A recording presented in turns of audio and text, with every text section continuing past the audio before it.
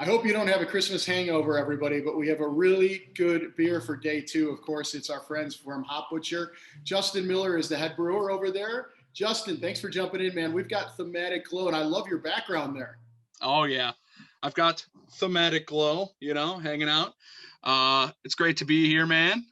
I always relish an opportunity to chat with you. Thanks, brother. Me too. Of course, we love all you guys. Let's talk the beer first, and then we're going to get to the fun part of the can after that. But talk to us about the beer. What was the inspiration? What were you trying to kind of get going with this version, and what the hops were that you chose for this? So we've had Rakow on our radar for quite some time now, as this like New Zealand hop that's kind of under the radar, and we've done a bunch of hop rubs on it before and stuff like that, and we really like the stone fruit, like specifically nectarine notes that it brings to the table. So we knew we wanted to go big on it at some point, and we ended up getting a bunch in that we were really into. We rubbed it. We're like, yeah, this is great. Let's pull the trigger. So we decided to do a sort of like a baseline trial with it. We're like, you know what? Like, let's go massive dry hop of Rakow. We're gonna pair it with some Citra, like one of our hand selected Citra, and we're like, because we know exactly what that brings to the table, we're going to get to see what Rakow does when blended with Citra. So it's actually really heavy Rakow, this dry hop, but it doesn't necessarily come out tasting that way. For me, it's like a huge Citra bomb with all of these crazy fluctuations of stone fruit and starburst and like crazy juicy like mango and everything like that. So you guys are known for your hazies.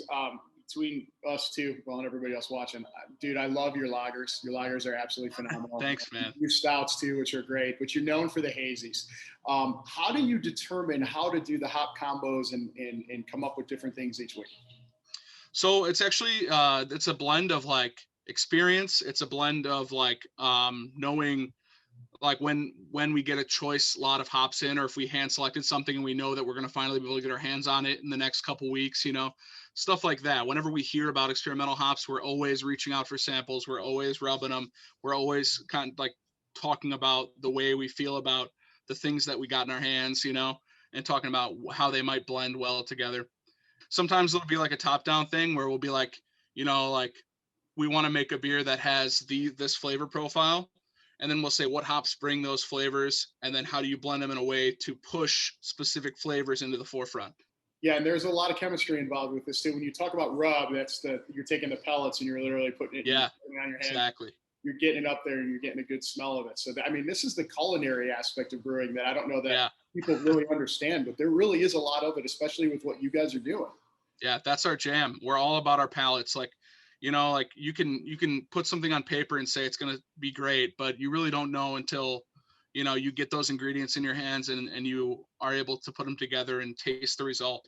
I know you guys geek out about that with well within reason. You guys have won awards for some of these beers. The other cool thing about your beers is the can art. The can art is amazing. Let's talk about this can first, because are you aware? I mean, if you haven't at home, if you haven't noticed, go put this can under the light for a little bit and then put it in the dark room and see what happens. Are you aware of any other like glow in the dark cans out there? No, I'm really not. And I mean, admittedly, I haven't done a lot of Googling on that regard, but, this has been a passion project of Jeremiah for a long time. I remember even as early as like when I first came on board a couple of years ago, 3 years ago, almost now, he's like, I want to put a glow in the dark label on a can. Like I want to do but like, we don't do labels. We do the shrink wrap. And we like, he's been working for a while. So I remember some samples came in of some labels that had a glow in the dark treatment, and we had them in the cooler. And I would always see them all the time. And I'm just like, man, I wonder how that idea is going. And then Jared's like, it's happening. We're doing it. We're putting a glow in the dark shrink wrap on a can, and the beer's gonna be called Thematic Glow. And I was like, yes, this is great. You guys rock. Thank you for doing this again. We really appreciate it. You guys are great friends to us. For those that don't know, Hop Butcher usually comes in on Thursdays and is gone like that. So, Justin, you guys should be very proud of that record over here. Dude, thanks for doing this. Merry Christmas. Happy New Year. Couldn't do it without you. Couldn't do it without the consumers. I really appreciate you guys, and I appreciate everything you do for our brand. And keep on buying our beer. I really appreciate it. I love hearing you guys talk about it. I love hearing just people being happy about it. I love it. Thank you guys.